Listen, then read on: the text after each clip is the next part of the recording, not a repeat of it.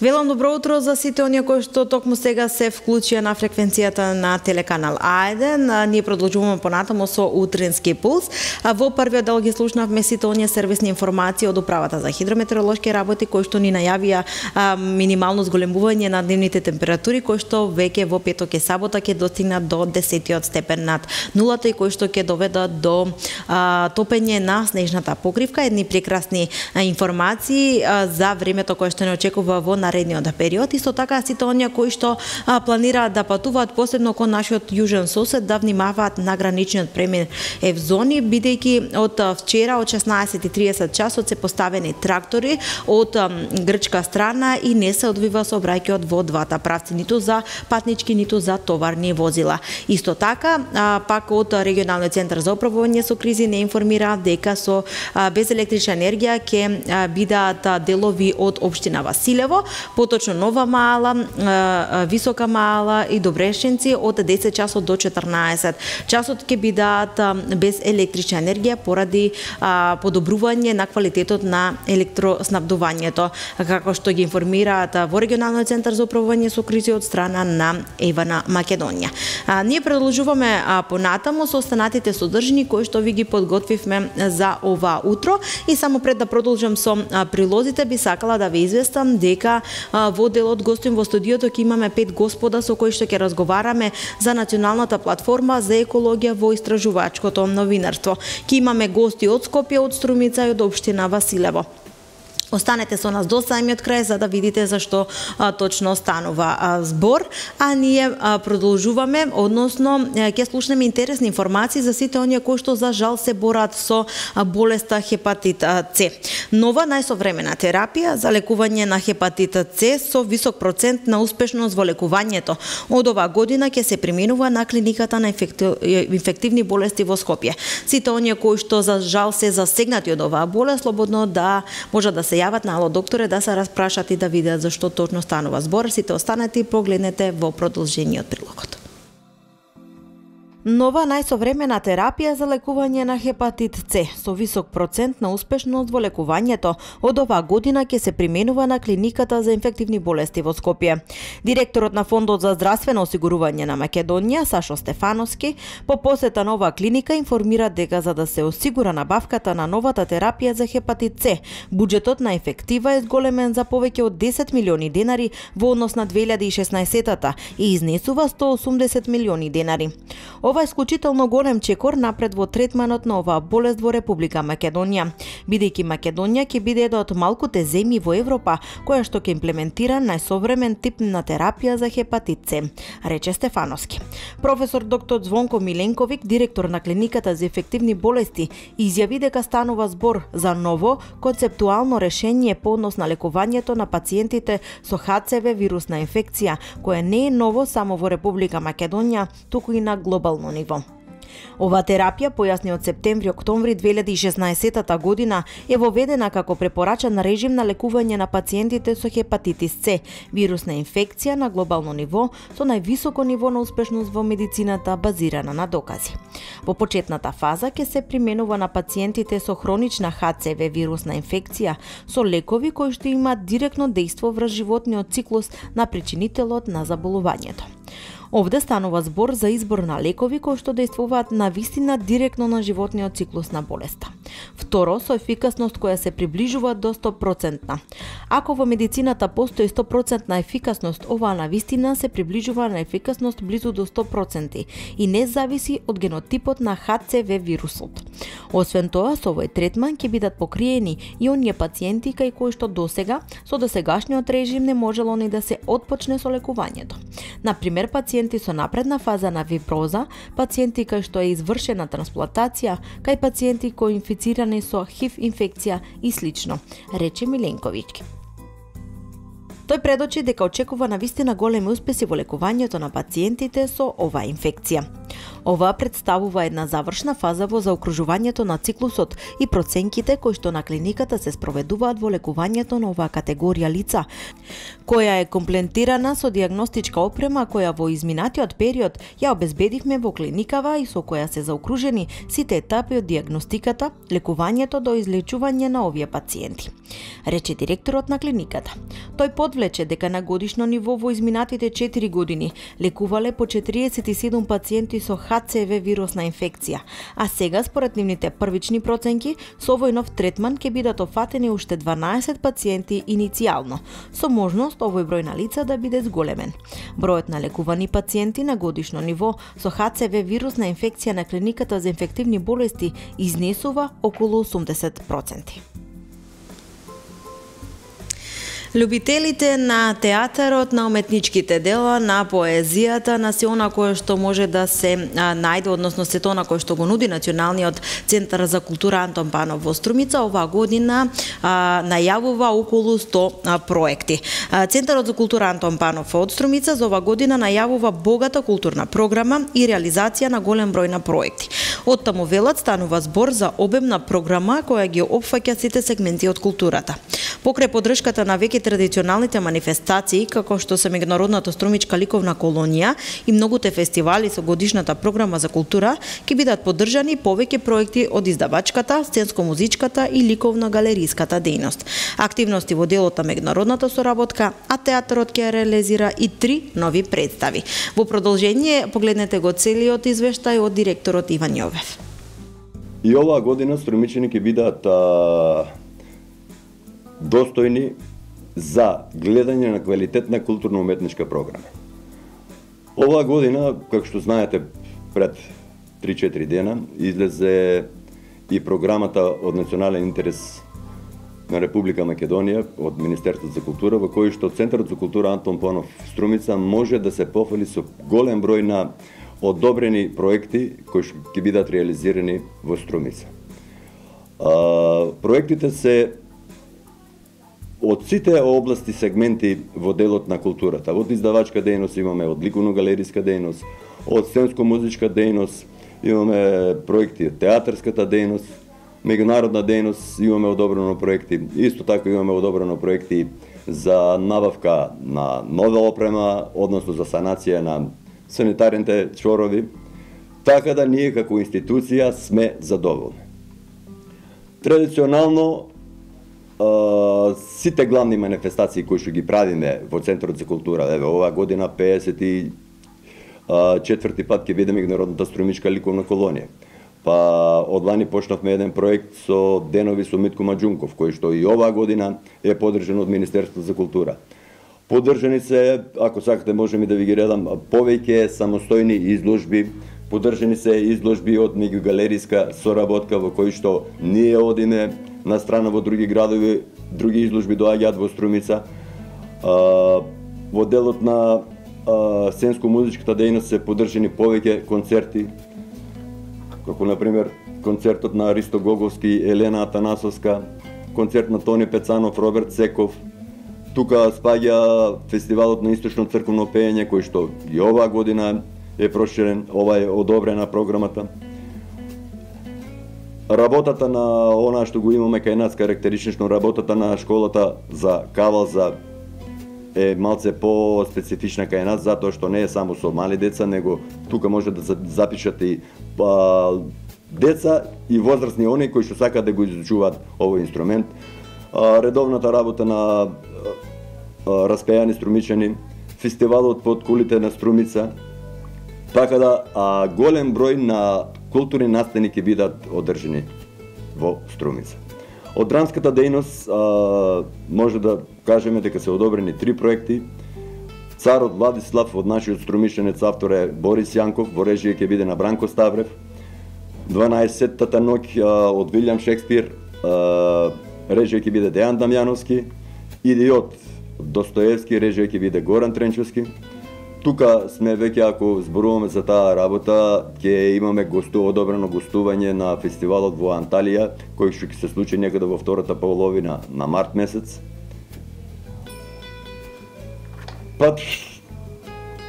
Центарот за култура, во другиот дел, можам да ви кажам, оваа година ќе направиме и поскумна изложба на нашиот сограѓанин Стојан Пачов, кој се мислам дека ќе излезе прекрасна оваа изложба. И имаме уште една многу значајна изложба, ги отвараме депоата, изложба на цртеж во меѓународната струмичка ликовна колонија.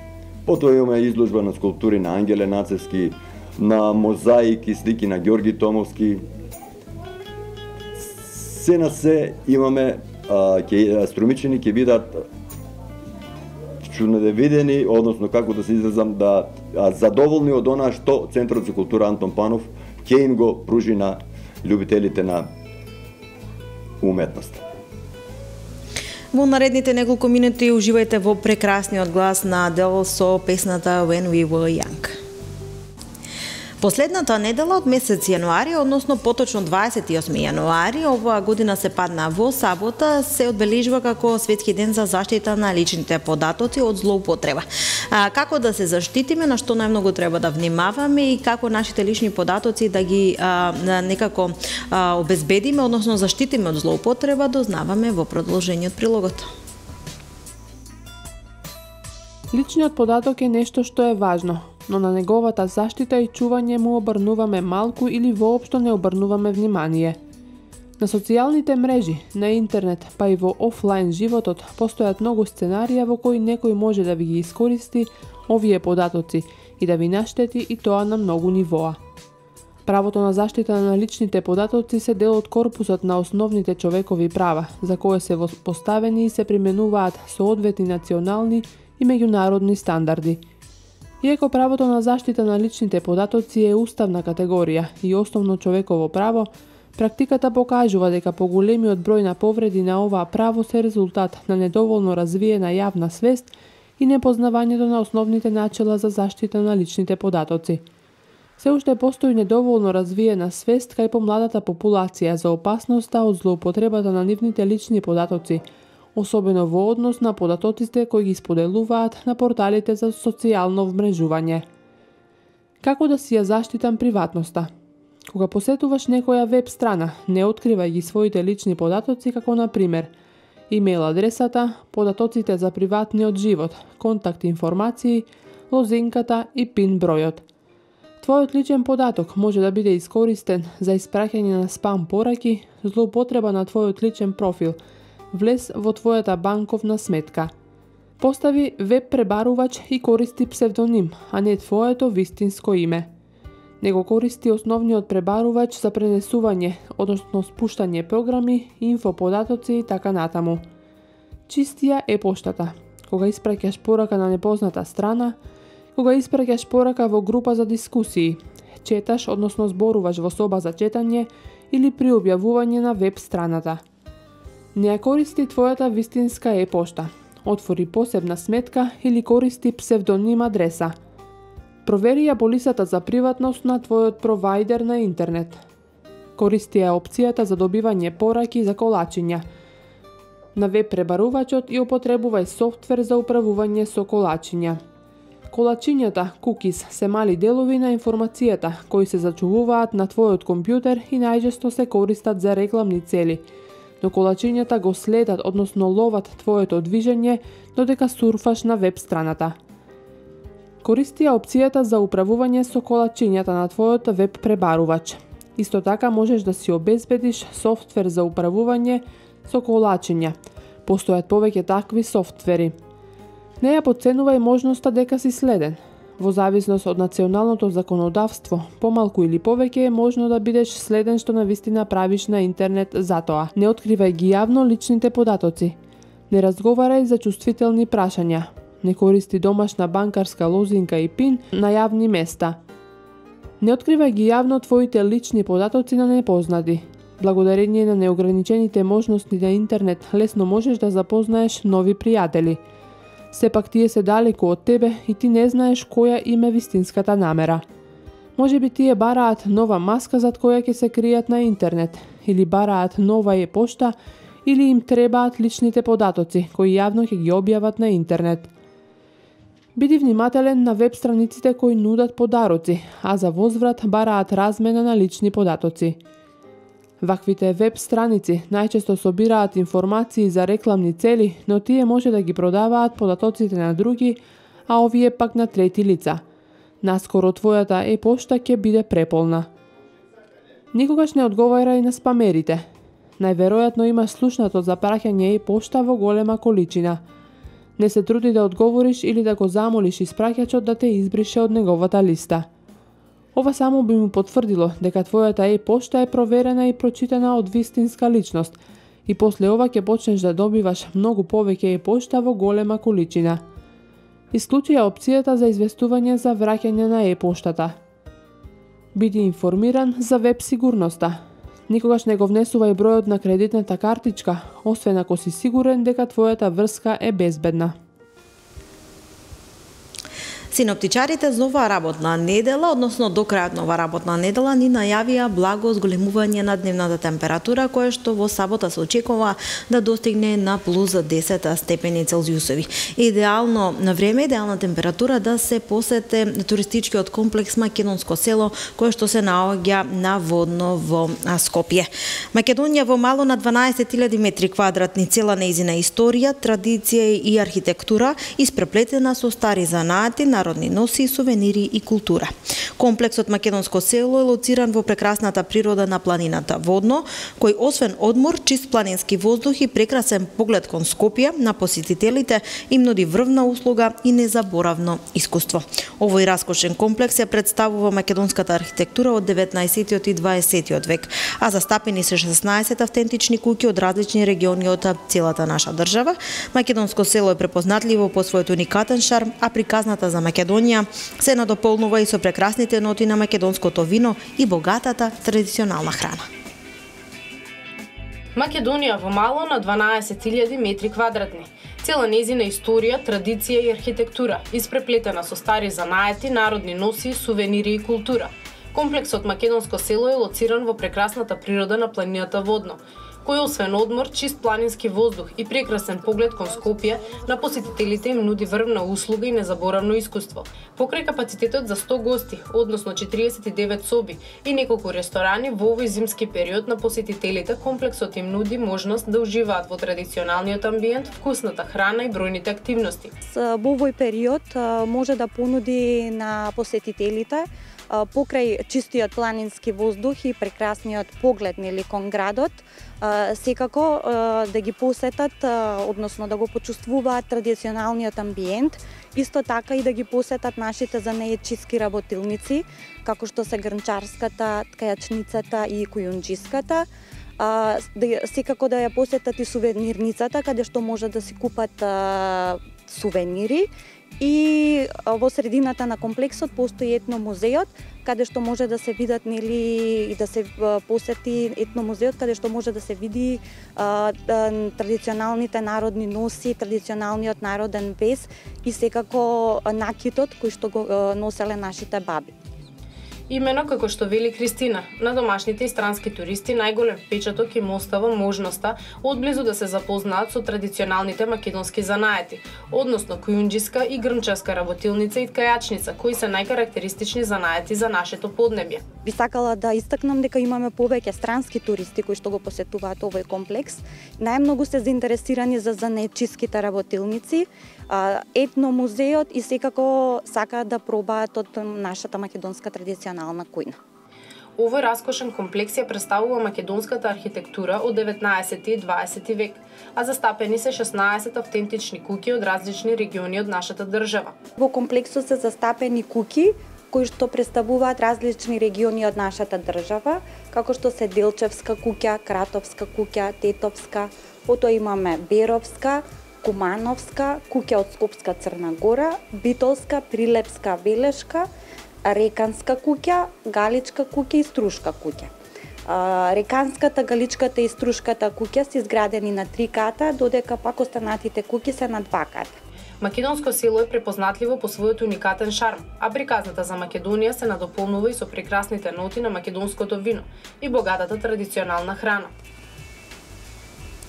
Така, почитувани мои, завршуваме со вториот дел од утрински пулс. Рете да ги видиме последните вести од Југоистокот, меѓутоа исто така и првиот блок на утрински реклами. Веднаш потоа започнуваме со утрински пулс, каде што ни е делот резервиран за гостин во студиото, а како што во текот на целата емисија ви најавувам, денеска имаме 5 господа со кои што ќе разговараме за националната платформа за промоција за еколошко истражувачко новинарство. Имаме гости од Струмица, од Скопје и од општина Василево. Останете со нас до самиот крај да дознаете повеќе информации.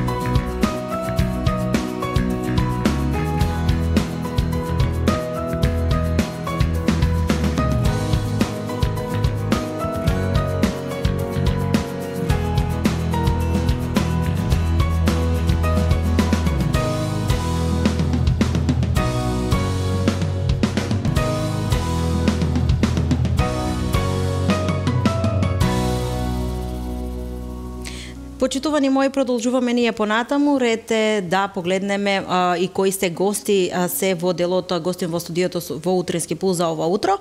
Како што во текот на целата ова емисија ви напоменував, денес ќе зборуваме за националната платформа за промоција за еколошко истражувачко новинарство. Денес имам 5 господа кои што се овде заедно со мене, со кои што ќе дискутираме токму на оваа тема, односно колку се пласираат информации во медиумите токму поврзани со екологијата и животната средина, колку тие се темелно истражени, и за останати теми останете со нас до самиот крај да го проследиме дебатата на еден начин, за кој што ќе зборуваме токму со вака до мене на лево Ванчо Стојанов, градоначелник на општина Василево. Добре дојдовте. Ѓорги Димитриев, раководител на канцеларија за екологија при општина Струмица. Кирил Ристовски, представник на Сдруженијето Флорозен од Скопје. Александар Лазаров од еколошкото друштво Планетум и Гоце Трпковски, новинар во Нова Македонија. Добро утро за сите, добро дојдовте во утрински пулс. Би сакала вака сега накратко еден краток вовед во темата, односно нели да започнеме со она колку новинарските прилози се веродостојни со она кој што го пласираат за екологијата, колку тие навистина истражуваат во оваа област и дали се консултираат со граѓанските организации. Исто така колку презентираните информации содржат еколошки аспекти, дали тие се осврнуваат на социјалната и на економскиот аспект, исто така на темата екологија и истражувачкото новинарство, еколошки теми кои што би ги започнале со Гоце Трпковски од Нова Македонија, кој што може би засега најмногу истражува токму во ова поле. Па да, за жал се уште има многу работа да се заврши за да достигнеме некое малку повисоко ниво во еколошкото истражувачко новинарство во Македонија. Пред се има проблеми со ресурсите на самите медиуми, со човечките ресурси, со финансиските ресурси, потоа има проблеми со начините на кои што се добиваат информациите, па дури и со начините на кои што тие информации треба да се протолкуваат и да се издачат некои заклучоци кои што би биле важни за самите гледачи. Во овој аспект е потребна многу широка соработка и многу голема отвореност од представниците на институциите и на централно и на локално ниво, општините пред се, потоа голема помош и поддршка взаемна со граѓанските организации кои што имаат веќе постигнато некое ниво на експертиза во оние области што ги обработува, во зависност за која област се определила, и многу поголема посветеност во рамките на самите медиуми за да се пласираат овие стори што поударно и што да бидат обработени на начин што ќе привлече што повеќе внимание. Оно што го имаме во моментот во Македонија е многу мал број или многу ретки случаи на новинари на кои што животната средина има единствена преокупација, да речам. Обично тоа е втора или трета област со која што се занимаваат откако веќе ќе завршат првата област, која може да биде економија, може да биде политика, може да биде енергетика, или некоја друга здравство, социјала, да, исто и тие се поврзани тука. И ова е некоја втора или трета тема која што само повремено се вклучува таму новинарот. Другиот проблем повеќе е пропуст што го имаме во медиумите е што е потребно не само да има стручни новинари кои што би биле многу попосветени на темата на животната средина, туку треба малку повеќе да се развие оваа свест кај сите новинари, уредници, сите што работат во медиумите, едноставно да може да ги препознаваат проблемите, да ги гледаат и сите своји теми и од овој аспект на животната средина. Тоа би го споредил, например, со човековите права. Има новинари што се занимаваат со човекови права, меѓутоа ретко дека тоа секаде има еден човек што исклучува тоа го работи. Меѓутоа сите имаме некоја свест, барем елементарна, што значат човекови права и да можеме да препознаеме нивно прекршување. Тоа ниво треба да го постигнеме и во животната средина. Било кој новинар, било каква тема да работи, дали тоа темата сообраќај, која што е непосредно поврзана, па дури или пак тема за урбанизам или пак за енергетика, да ги имаат во предвид аспектите на животната средина, што се содржани во таа тема, а овие аспекти од животната средина има буквално во сите теми, бидејќи тоа е една од најшироките области со која што можеме да се занимаваме. Исто така и еве нели да ги вклучиме и граѓаните кои што некако се клучната алга во чистењето на животната средина, одржувањето, бидејќи сепак толку ние нели се одржуваме, чистиме, се грижиме за неа, таа толку повеќе ќе не служи и нема да ни враќа фидбек по лоши ефекти. Што фаќа овој проект, кои се активностите и што се очекуваните резултати, слушаме од Кирил. Така, значи проектот развој на еколошко истражувачко новинарство го спроведува невладината организација Флорозон центар за еколошка демократија во соработка со организацијата СУМНОЛ, Центар за развој на ромската заедница во Република Македонија, со финансиска поддршка од Европската унија и има за цел да ја зајакне со соработката помеѓу граѓанските организации и медиумите за развојот на еколошкото истражувачко новинарство преку воведување на иновативни алатки за граѓанско новинарство, поттикнување размена на релевантни информации, исто така меѓусебно поврзување и креирање на услови за финансиска поддршка. Проектот ја започна својата реализација на почетокот од 2016 година и веќе влегува во една завршна фаза на негова имплементација. И самиот проект почива на неколку столба. Првиот столб беше градење на капацитети кај клучните чинители, а тоа се пред се граѓанските организации и представниците на медиумите, кои што учествува на 4 тематски работилници за развој на техники и алатки за примена на еколошко истражувачко новинарство.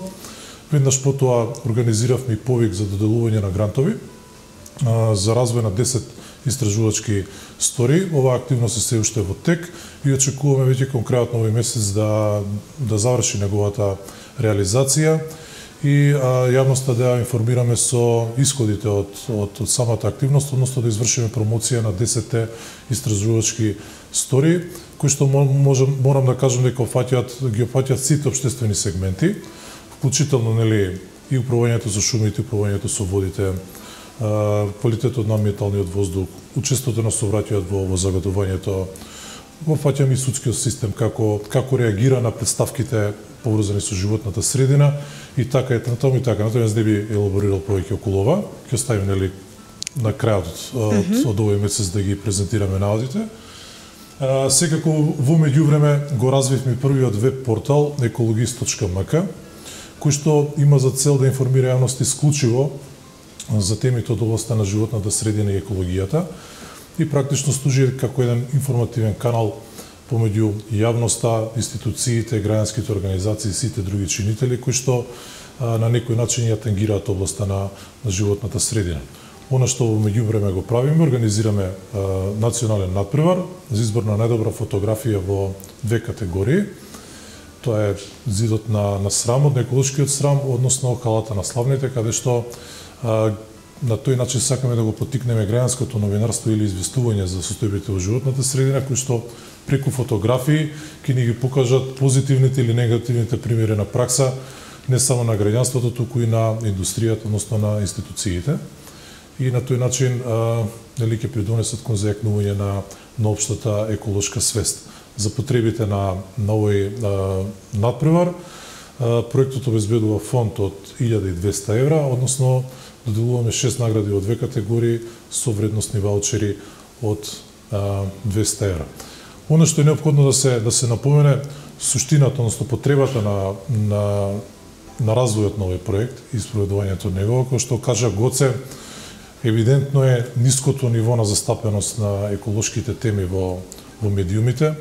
Тоа е едната страна, другата страна, ако ги земеме статистичките податоци за хронично болните и нели растот, тенденцијата на раст на малигните заболувања, ќе видиме еден застрашувачки тренд, растечки тренд на новија бројки.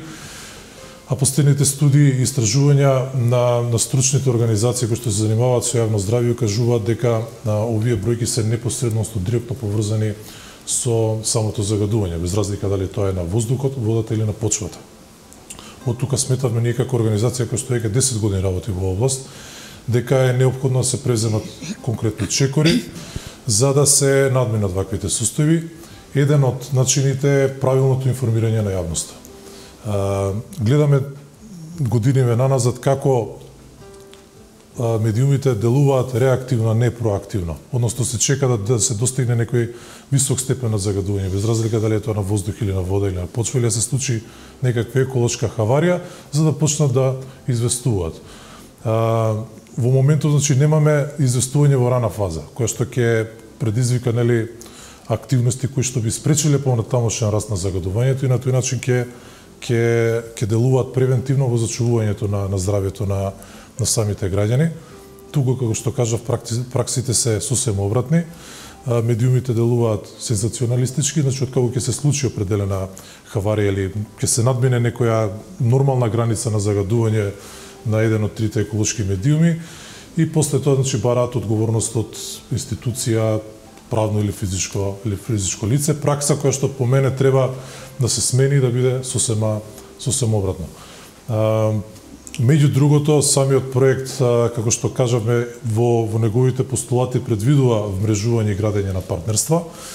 Првенствено тоа е помеѓу граѓанските организации и медиумите, меѓутоа морам да истакнам потребата од вклучување на единиците на локалната самоуправа во целиот овој систем на информирање, затоа што тие се една од носичките клетки на локалната економија, локалниот развој и секако тие треба да бидат бодигарди на животната средина кога стануваме спорнили за руралните средини пред се.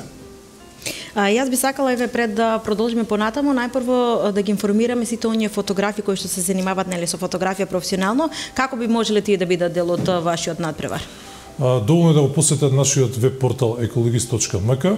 На него има доволно информации за начинот на како можат да учествуваат и која е постапката. Многу едноставно, значи треба само да се регистрираат на нашиот веб портал и да испратат фотографии од позитивни или негативни примери на пракса во поглед на заштитата, односно деградацијата на животната средина и на тој начин да влезат во конкуренција за избор на најдобра фотографија. Бидејќи ние од во Југоистокот имаме многу професионални фотографи, па би сакала еве да апел до нив доколку нели се заинтересирани, зошто да не би учествувале во вашиот конкурс. Вие вака да рекорд нели зборувавме дека овој проект е продолжен од Европската унија, зашто точно станува збор, на кои се граѓански дружења им е доделено и по колку нели е грантот и што значи подоцна ние ќе се осврнеме кон господин Александар тоа за нив како здружење, кои обврски нели ги преземаат. Така, значи програмата подгрантовата шема за поддршка на граѓанските организации се организирани во рамки на самиот проект со вкупен буџет од 45.000 евра. Самата програма предвидува поддршка на 10 локални организации кои што примерно се занимаваат или со заштита на животна средина или со заштита на права на маргинални групи, меѓутоа пак во делот на животната средина. И како еден од основните предуслови за успешно спроведување или добивање на нови средства беше успоставување на локални партнерства помеѓу апликантот, носител на апликација, значи граѓанското здружение и локален медиум, нели, со цел перспективно оваа соработка не само преку овој проект, туку да продолжи и во понатамошниот период на нивна меѓусебна работа. и се со цел поуспешно и посеопфатно информирање на јавноста во делот на проблемите или прашањата поврзани со животната средина. Вие напоменавте на самиот почеток дека проектот предвидува и креирање на платформа која што има за цел промоција и развој на истражувачкото новинарство. Морам да кажам дека кон оваа платформа се приклучија веќе 13 организации и неколку медиуми кои што потпишаа меморандум за соработка.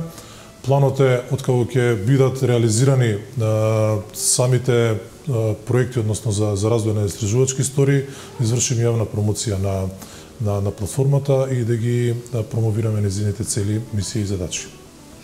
Сега гостите од општина Василево, од општина Струмица, би сакала да ги прашам, еве градоначалници, најпрво ќе ве прашам, колку еве новинарите знаат да се јават во вашата канцеларија да прашаат од некој еколошки аспект, да истражуваат и еве да подготват некој таков прилог, барем овде во југоистокот од земјава. Така е. Екологијата е една област, една наука која треба да биде фокус на еднината на нашите идни генерации, доколку сакаме да имаме здрави идни генерации, бидејќи малку и Гоце е начна темата околу она што се работи за загадувањето. Од самото загадување зависи здравјето на нашите идни генерации, на нашата популација. Поврзаноста на општините со ваквите еколошки организации од големо значење. Затоа што ако зборуваме за екологија, не значи само да имаме чист воздух. Тука влегува и областа заштитата на животна средина, бидејќи доаѓам од рурална средина, се занимава народот со земјоделие, користењето на пестицидите, користењето на разните вештачки ѓубрива, што значи и загадување на подземните води. Во делот на екологијата спаѓа и одведувањето на отпадни води, што значи исто така заштита на животна средина, обезбедување на што поквалитетен живот на самите граѓани, како во иднина би имале здрава популација. Спомнав, тоа треба да представува иднината, фокусот, почнувајќи од новинарството, од невладините организации, од обука на самите дечиња, од најмали нозе, како би ја зачувале нашата животна средина.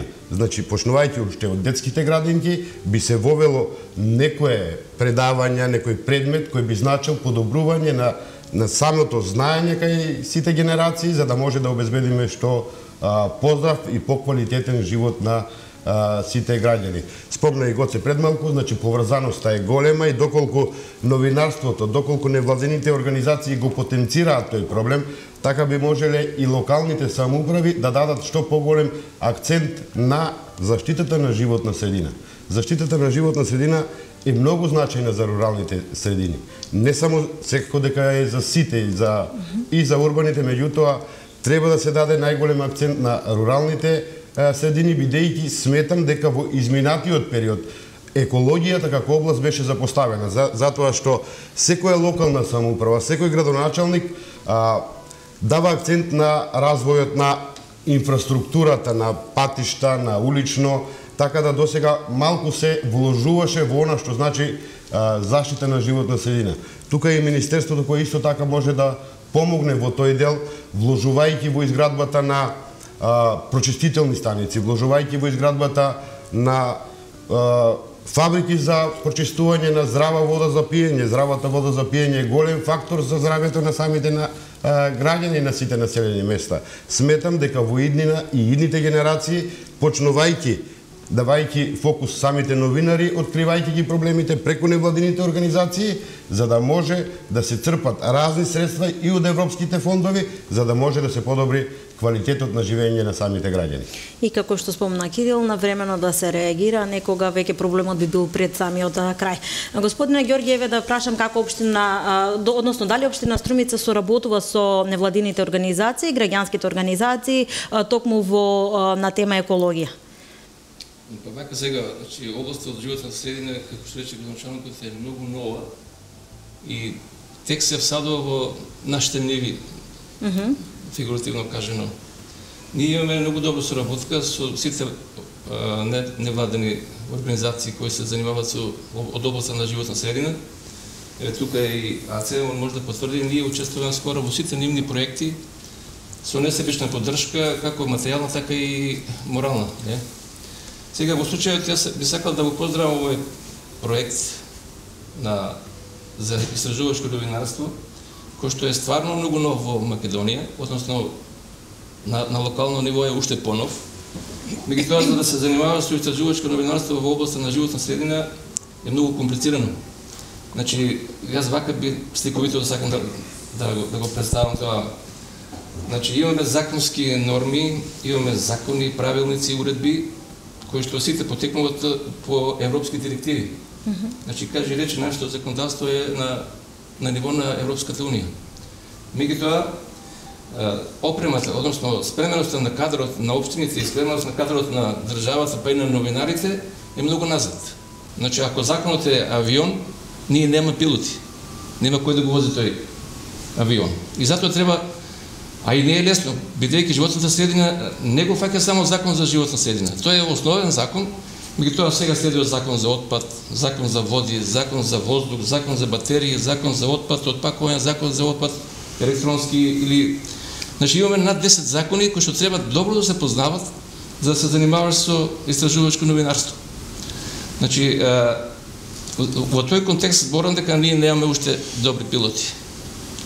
И ќе мора новинарите малку повеќе да се занимават со проучување на овие закони за да можат да истражуваат.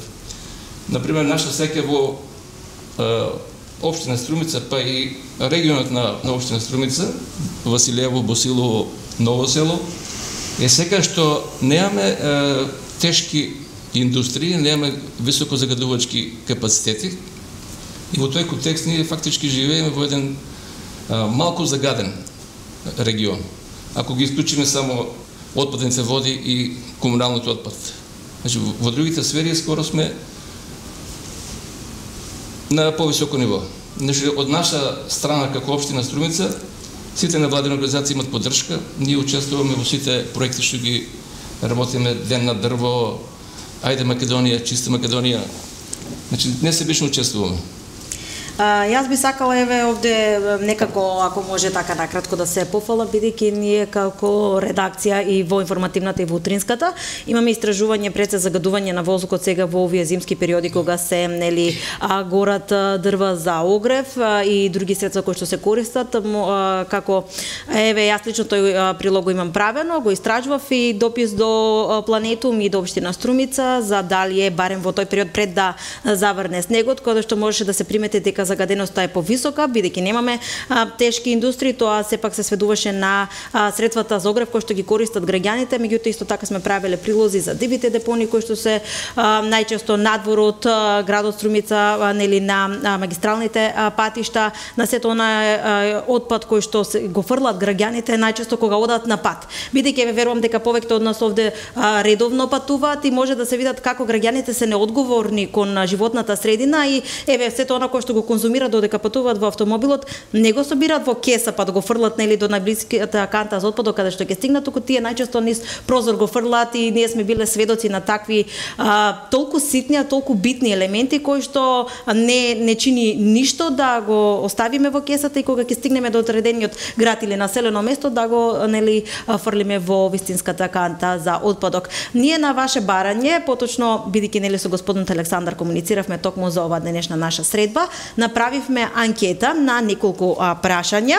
Дали еколошките аспекти се доволно застапени во медиумите, дали во темите кои третираат инвестиции, вложување во општините и државата се води сметка како истите би влијаеле врз животната средина, дали граѓаните сметат дека нивната животна средина во која што живеат е на задоволително ниво, ако не со какви проблеми се соочуваат и дали граѓаните и граѓанскиот сектор се доволно вклучени или на некаков начин дале свој придонес при артикулирање на еколошките проблеми во секојдневниот живот.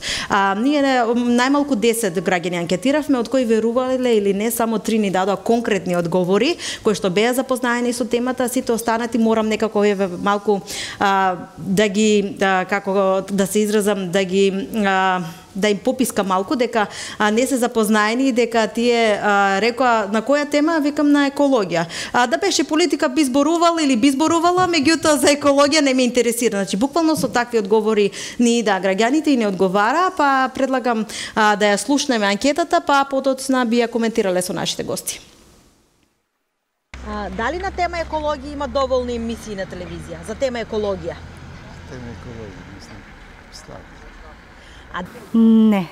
А дали Па, има, ама и нема. Дали инвестициите кои што се прават во општината и во државата може да доведат до лошо влијание врз животната средина? Не сум баш сигурен. Па може, да. Инвестициите? Да. Сега зависи какви инвестиции и на кои инвестиции. Инвестиции делуват позитивно за мене. Значи да народот да се едуцира на некој начин, да им се помогне во било земјоделие, било сточарство и така. Животната средина во околината каде што живеете? Мислам од е средина, јас тука живеем во Карпуш, чиста. Па тоа е индивидуално. Животната средина. Чиста, да. А дали ние граѓаните, ние подигната свеста и помагаме во зачувувањето на животната средина? Не баш, не. Сите не. Вашиот апел до граѓаните? Наш апел се сите скромно да помагаме, да збираме негде ако има некој нечистотија, ѓубре, да не се фрли по улица и тоа. Не баш средно. Ние граѓаните во нас е најголемиот проблем. А иначе чисто е околу мене, па и така во градот е чисто. Граѓанинот треба да има свест и треба да има, односно ти невладните организации повеќе да го едуцират на народот, да бидат меѓу него и така. А има и позитивни страни многу од овие, како да кажем, граѓанските организации. Ви благодарам. Ете, почитувани, имавте можност да слушнете кои граѓани знаат да разговараат на тема екологија, се запознаети и знаат каде лежи проблемот. Јас би сакала да започнам со Александар, бидејќи во претходниот дел пред анкетата некако не успеевме да го прашаме него. Еве за првото прашање, дали еколошките аспекти се доволно застапени во медиумите? Слушнавме дека граѓаните велат и така и ми не знаме, и ми можеби. Јас би започнал прво со уставниот член 45. Многу ретко од луѓето кои знаат дека уставниот член 45 е уствари државата гарантира чиста животна средина за секој жител на оваа држава. Дали гостин, дали домашен жител. Од таму тргнувајќи се гледа и населението колку е запознаено, че невладините организации, не нашата, сите невладини организации што работат во полето на животна средина, колку и да се трудат, имат некој, не би кажал одбој, меѓутоа некој мислен дека не се важни невладините организации. Ако ќе затропа некој еколошки проблем, доаѓаат на врата, ти поставуваат прашање како да се реши тој еколошки проблем, бараат да ги застапуваш пред институциите, меѓутоа грбот или ветерот во грб од самите граѓани го немаш. Затоа не е случајно во некогашната комуникација дека се организираше оваа дебатна емисија. Сакав конкретно да има и општини застапено во оваа емисија, затоа што претпоставувам и кај нив се појавуваат исти проблеми. Бараат, не знаат што бараат.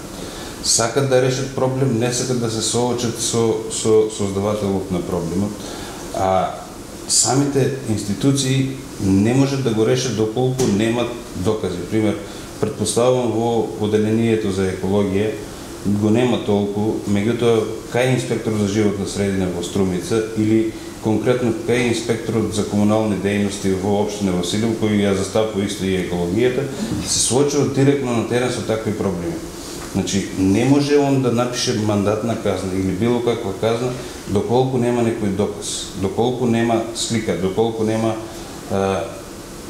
пријава од официјално лице. Тоа граѓаните не го прават и сакам да ги охрабрам пред се, значи самите да се олеснат, меѓутоа и да ја олеснат работата на органите кои од нив бараат решение.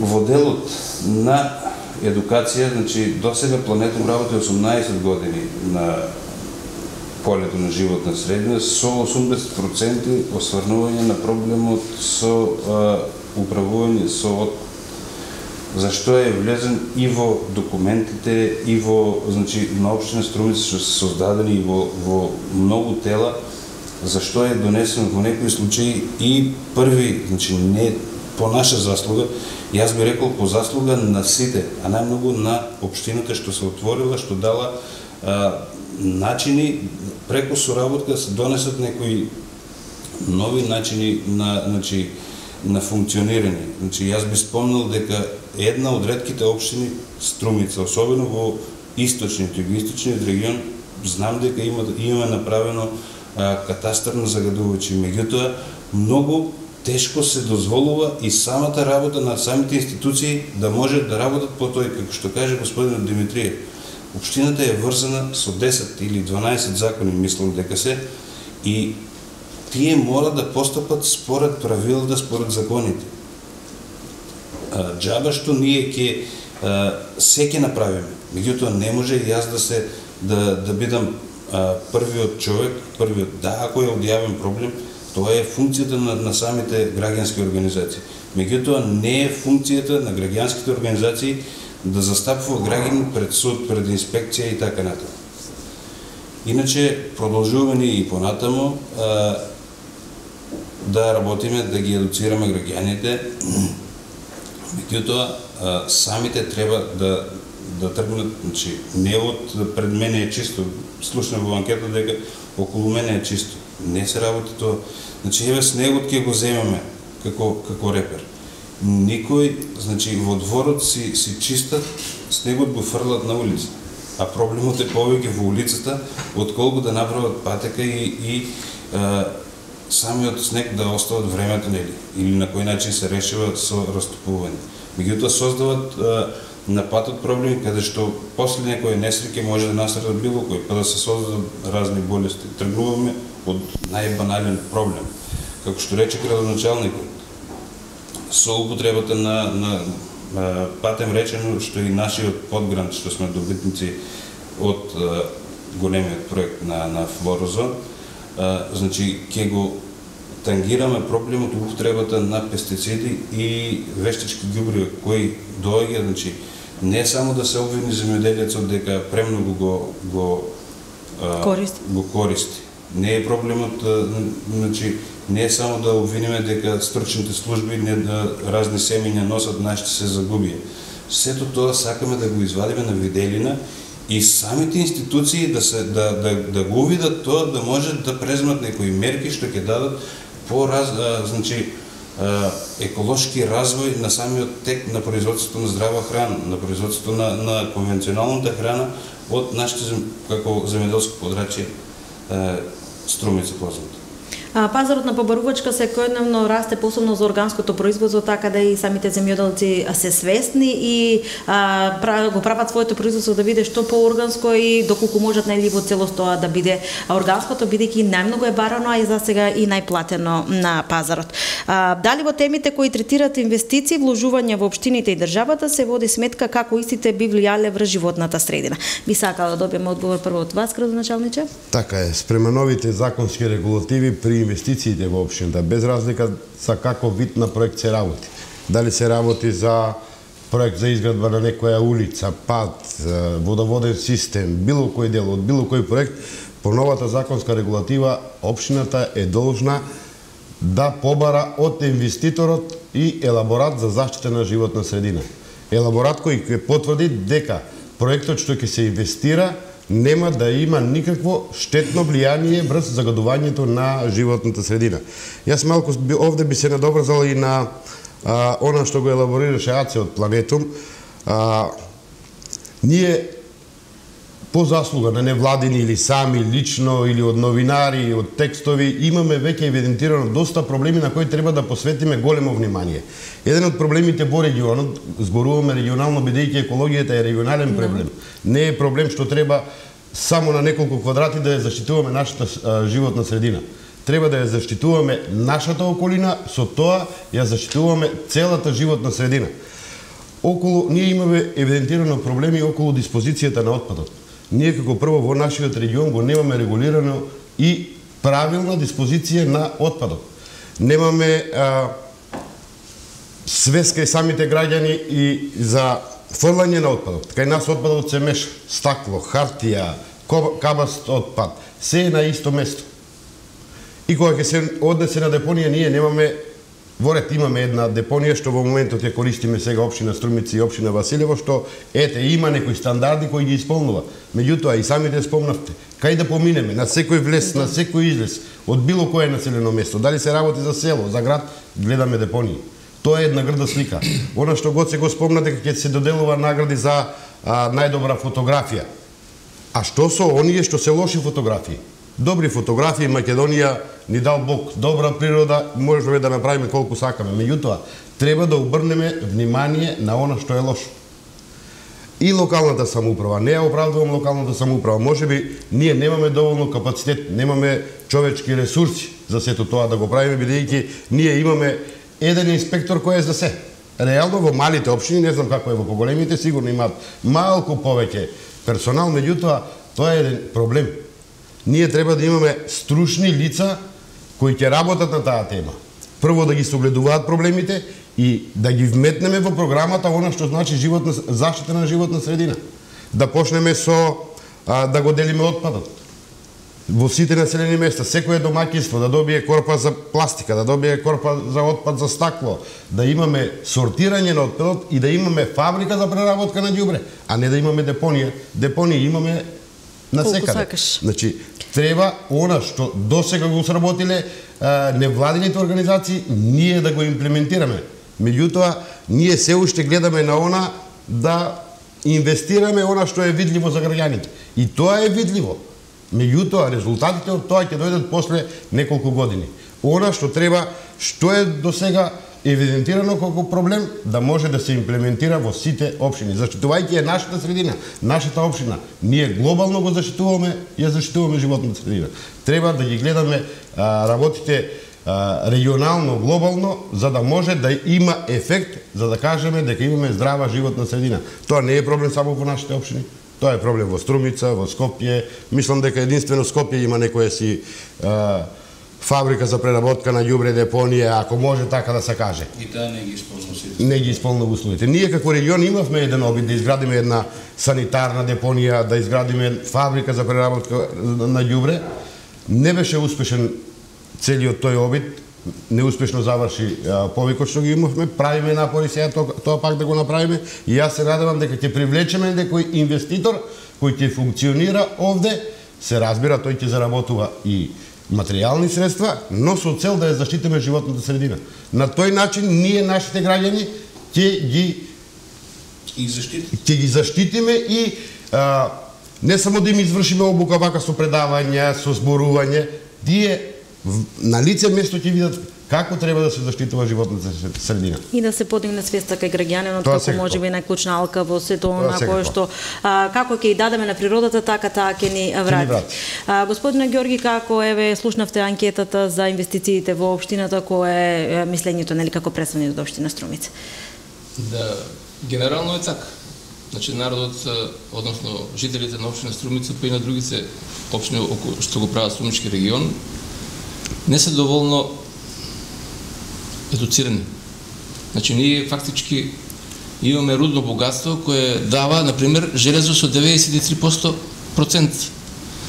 Нели, во светски рамки, ако најдеш рудник со 30-40% железо, е многу богат. А ние го фрламе отпадот, го фрламе железото, а тоа не е фактички рудно богатство. Ја фрламе хартијата, исто така рудно богатство, ја фрламе стаклото, рудно богатство.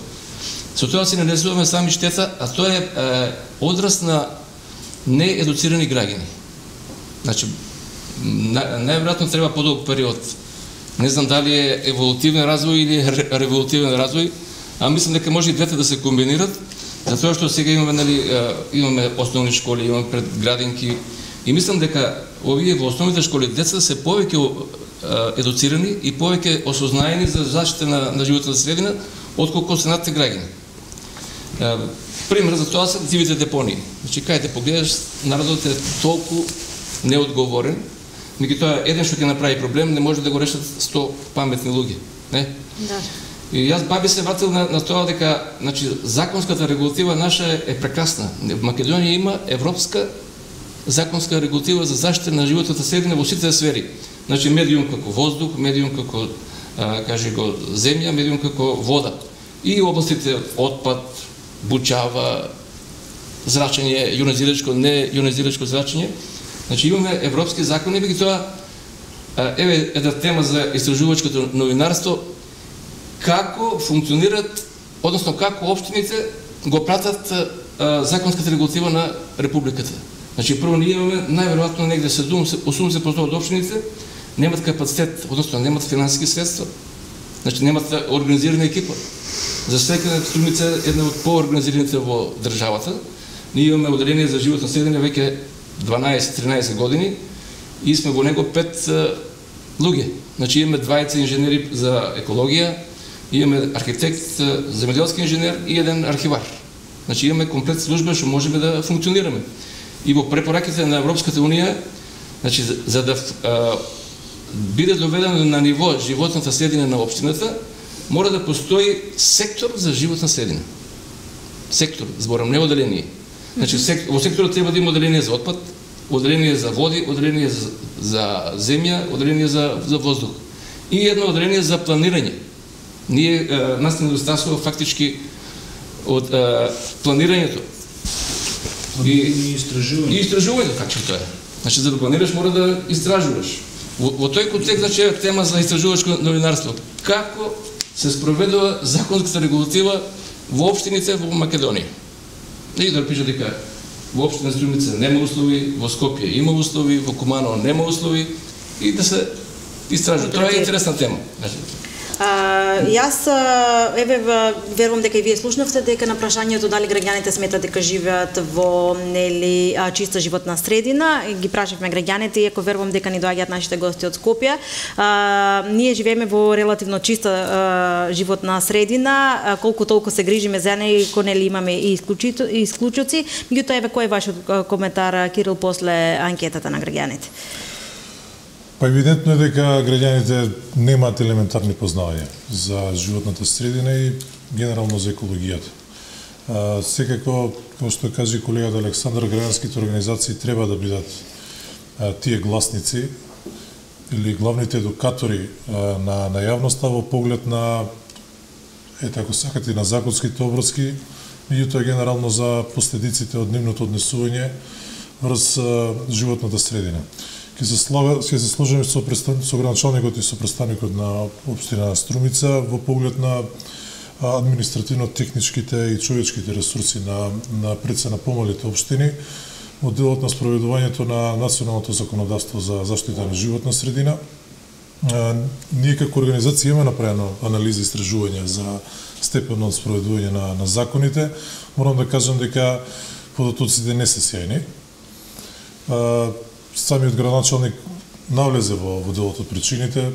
Пред се, помалите општини со оглед на малиот број на жители имаат ограничен пристап до средства, а средствата се клучниот фактор за спроведување на определени политики.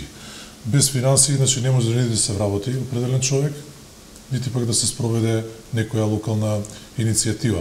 Општините се оставени да зависат пред се од централната власт и од нивната милост и најчесто работат по нивна директива за определени прашања. Исклучок може би е општина Струмица, која што важи за една од поразвините општини и може да си го дозволи, условно кажано, тој луксус да оформи оделение за заштита на животна средина и да презема самостојни иницијативи.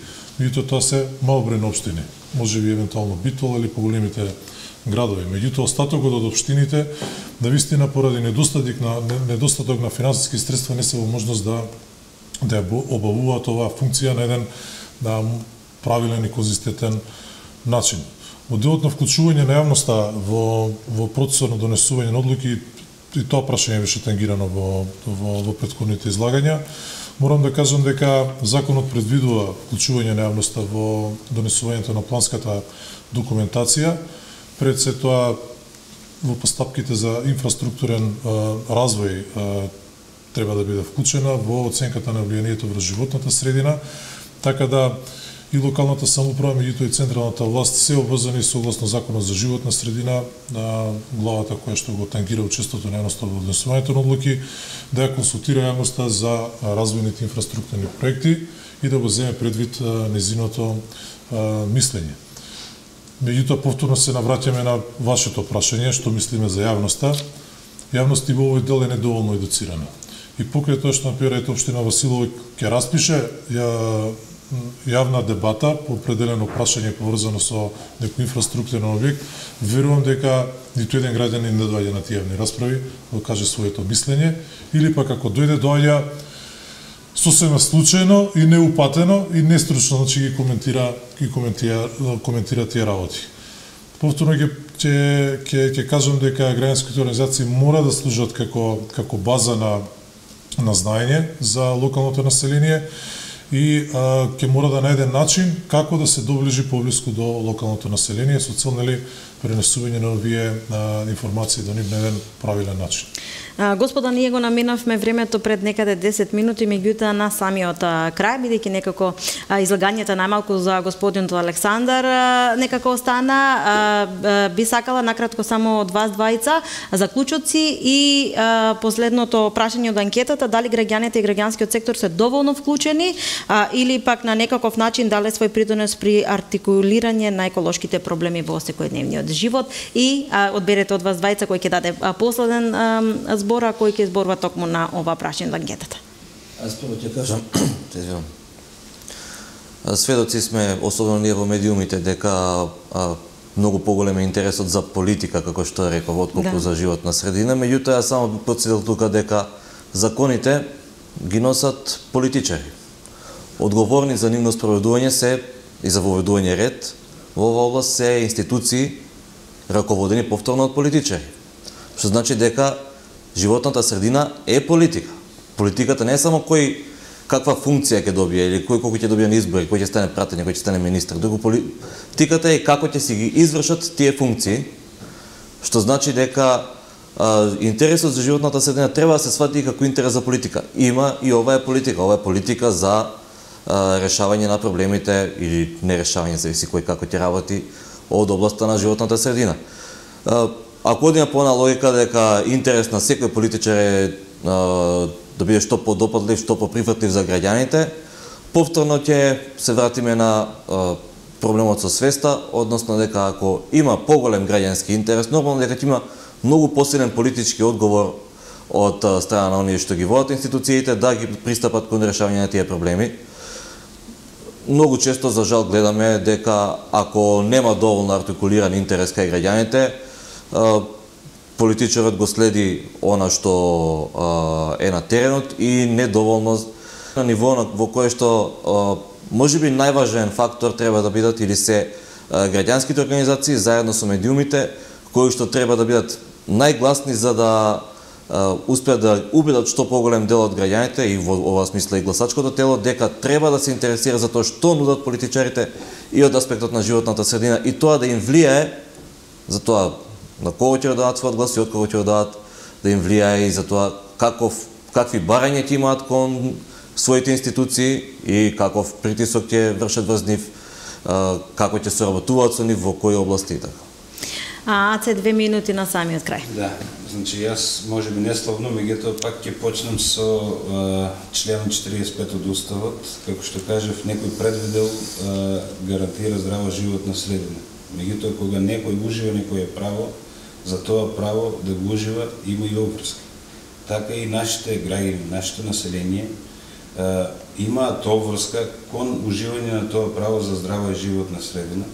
Значи, ќе спомнам пак, не може кога патуваме надвор од земјата да бидеме најпримерни граѓани, како македонци, да можеме секоја хартија да ја ставиме у джеп ако треба, или у кеса да ја патуваме, а во нашата држава да се однесуваме како да е туѓа. Како да е туѓа. Тоа, значи, ние како невладени организации тука сме и сме спремни, значи, маките од населението на своји плеки да ги пренесеме до институциите, дали ќе е општина, дали ќе е министерство и да ги застапуваме до крај. Меѓутоа, треба и они да сватат дека треба да бидат партнери со нас. на секој наш повик до граѓаните. Иако ние имаме добра соработка со нашите конституенти, меѓутоа, значи треба уште повеќе за да можеме да ја заштитиме, зашто и градоначалникот спомна, и Кирил спомна, и господин Димитриевски спомна, дека се почнува врз основа на екологијата. Значи, се појавуваат здравствени проблеми, се појавуваат тешки болести кои имат напредно ниво. Меѓутоа, доколку се намали нивото на загаденост, доколку се намали употребата на разни пестициди, хербициди, вештачки ѓубрива, доколку ние самите како производувачи на отпад се грижиме како тоа ќе го складираме и ќе го граѓаните да бидат во соработка и со нас, и со институциите, за да можеме заедно да допринесеме, да ја заштитиме и да ја унапредиме ова наша животна средина во нашата држава, која што рече како градоначалникот, Бог ни дал преубава земја, меѓутоа треба да ја зачуваме. Господа, ви благодарам за денешното ваше гостување овде во Утрински пулс. Се надевам дека бевме едукативни, дека кај граѓаните ќе ја подигнеме свеста и дека нели од нас зависи ние самите доколку се грижиме за неа, таа ќе ни даде уште повеќе. Ви благодарам. Благодарам. Почитувани мои, ова утро, бидејќи некако ги надминавме минутите, ќе ги прескокнеме и рецептот на денот и доза хумор ќе остане за некое наредно издание. Ви благодарам што денес бевте дел од Утрински пулс. Со утре веќе се дружите со колешката Ивана. Довидување и пријатен ден.